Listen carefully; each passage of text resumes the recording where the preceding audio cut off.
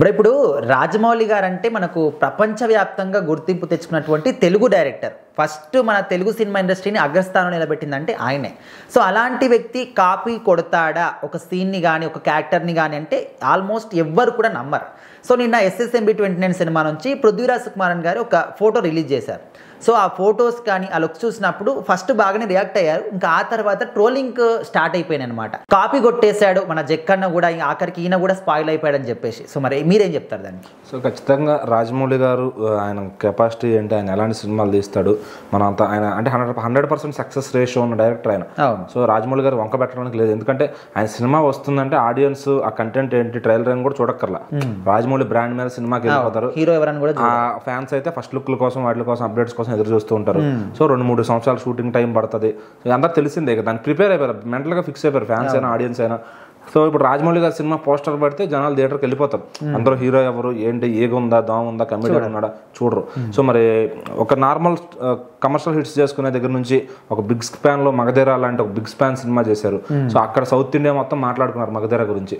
తర్వాత ఈగ అనే దాని గురించి చాలా మంది మన ఇండియా దాటి కూడా మాట్లాడుకున్నారు. తర్వాత బాహుబలి గురించి ప్రపంచవ్యాప్తంగా మాట్లాడుకున్నారు. అట్లా సో స్టేజ్ పెంచుకుంటూ ఆయన స్థాయి పెంచుకుంటూ వచ్చారనమాట. సో మనం మగధీర టైం నుంచి చూసుకుంటే ఆయన మీద కాపీ చేస్తాడనే ముద్ర ఉంది. అంటే ఏంటి దానికి ఆయన ఎక్స్ప్లెనేషన్ ఇచ్చాడు.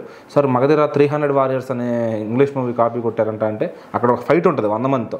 సో అది అప్పుడు దాకా మన ఇండియన్ స్క్రీన్ మీద ఎవరికి కనపడలా. సో అది ఆబ్వియస్లీ 300 అనే ఒక మూవీలో అదే same kind of war fight ఉంటుంది, ఒక్కడే అంతమంది ఉన్నారు.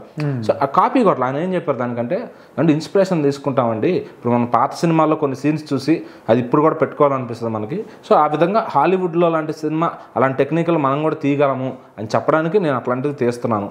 సో నాకు వేరే ఏదో నేను క్రియేటివ్గా తీసినట్ల గురించి కాంప్లిమెంట్స్ ఉన్నాయి. సో కాపీ కొట్టానని కూడా అంటారు, అది కాపీ అని నేను అనుకోను, ఎందుకంటే అక్కడ నుంచి నేను ఇన్స్పైర్ అయ్యా. సో అలాంటి సీన్ మనం ఎందుకు తీయలేము, మన దగ్గర ఉన్న బడ్జెట్లో మనం తీయలేమా అని చెప్పడానికి నేను తీస్తున్నా అని చెప్పడానికి ఆయన ఒక ఇంటర్వ్యూలో చెప్తారు, ఆర్కే గారి ఇంటర్వ్యూలో అక్కడ చెప్తారు. సో అట్లా దాని తర్వాత ఏగా చూసుకుంటే ఏదో ఇంగ్లీష్ మూవీ ఏదో ఫ్లై ఏదో సినిమా దాన్ని కాపీ కొట్టారని చెప్పి, సో మర్యాద రమణ కూడా ఎక్కడో కాపీ కొట్టారని చెప్పి, ఇంకా బాహుబలి కూడా ఏదేదో హాలీవుడ్ మూవీస్లో అయిపోయినాయి. కాకపోతే బాహుబలి లాంటి కథ, మగధీర లాంటి కథ ఎవరైనా క్రియేట్ చేయగలుగుతారా, మళ్ళీ రిపీట్ చేయలేరు. అంటే లేని క్యారెక్టర్స్ని ఆయన క్రియేటివ్ తీసుకొచ్చారు. సో ఆయన టేకింగ్లో కాపీ చేసి ఉండొచ్చు కానీ కథని కంటెంట్ని ఎక్కడ కాపీ చేయలేను. సో అది ఆయన గొప్పతనం. ఇన్ని రోజులు ఆయన నెంబర్ 1గా ఉంటున్నాడు. అసలు అగ్రస్థానంలో ఇండియాలో ఎంతోమంది డైరెక్టర్లు ఉన్నారు, క్లాసిక్స్ తీసిన వాళ్ళు, కానీ రాజమౌళి గారి పేరు వినపడుతుంది నెంబర్ 1గా అంటే అది ఆయన గొప్పతనం. సో ఇప్పుడు SSMB 29కి వస్తే పృథ్వీరాజ్ సుకుమార్ గారి లుక్ వచ్చింది. సో ఆయన లుక్ చూస్తే అరే నాకేంటి ఇది గుర్తొస్తున్నాను ఒకడు, నాకు అది వస్తున్నాను ఒకడు, వేరే వేరే యానిమేషన్స్ చేసి కామెడీ చేయడం, ట్రాల్స్ చేయడం చేస్తున్నారు. సో ఏంటంటే ఆయన ఒక లుక్ వదిలేరు. అది వదలడానికి పర్టికులర్ రీజన్ ఏంటంటే పృథ్వీరాజ్ గారిది ఆ మధ్యన షూటింగ్ లీక్ అయింది. మహేష్ బాబు గారు నడుచుకుంటూ వచ్చి మోకాళ్ళ మీద కూర్చుని ఒక వీల్ చైర్ పర్సన్ ముందు మోకాళ్ళ ఇది అతనేనా కాదా అని చెప్పి కన్ఫ్యూజ్ అయిపోయి ఫ్యాన్స్ అంతా ఫిక్స్ అయిపోయారు ఇది మహేష్ బాబు గారే అని చెప్పి. సో ఆ లీక్ అయిపోవడం వల్ల ఆ లుక్ ఆల్రెడీ ఇక్కడ ఉంది, ఎవరు పృథ్వీరాజ్ కుమార్ అని తెలిసిపోయింది. ప్రియాంక చోప్రా ఉంది, తన ఏం క్యారెక్టర్ చేస్తుందో తెలియలేదు కానీ మరి ఆయన లుక్ అయితే తెలిసిపోయింది. ఇంకా అందుకని చెప్పి ఆ లుక్కే వదలాల్సి వచ్చింది. అది రావడం లేకపోతే ఆయన వేరేగా ఏమైనా ప్లాన్ చేసుకో, ఆయన దగ్గర ఇప్పుడు 3 ప్లాన్స్ ఉంటాయి. ఇక్కడ అది లీక్ అయిపోవడం వల్ల అది చేయాల్సి వచ్చింది.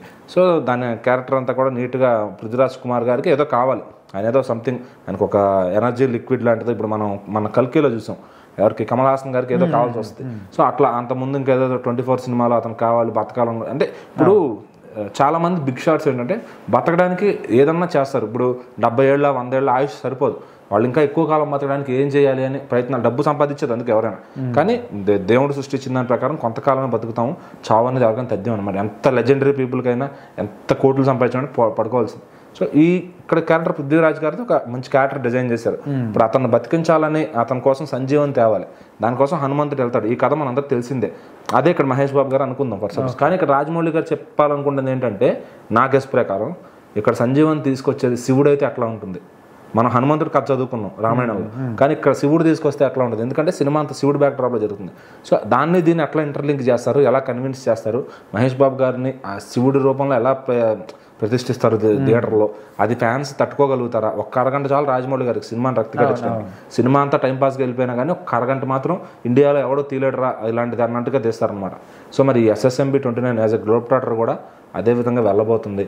సో దానికి వారణాసి అనే టైటిల్ కూడా అనుకుంటున్నారు. మరి అది అదే కాదో ఈ నవంబర్ 15 తారీఖు తెలిసిపోతుంది అనమాట. ఆయన లుక్ ఆ రోజు రివీల్ అయిపోతుంది.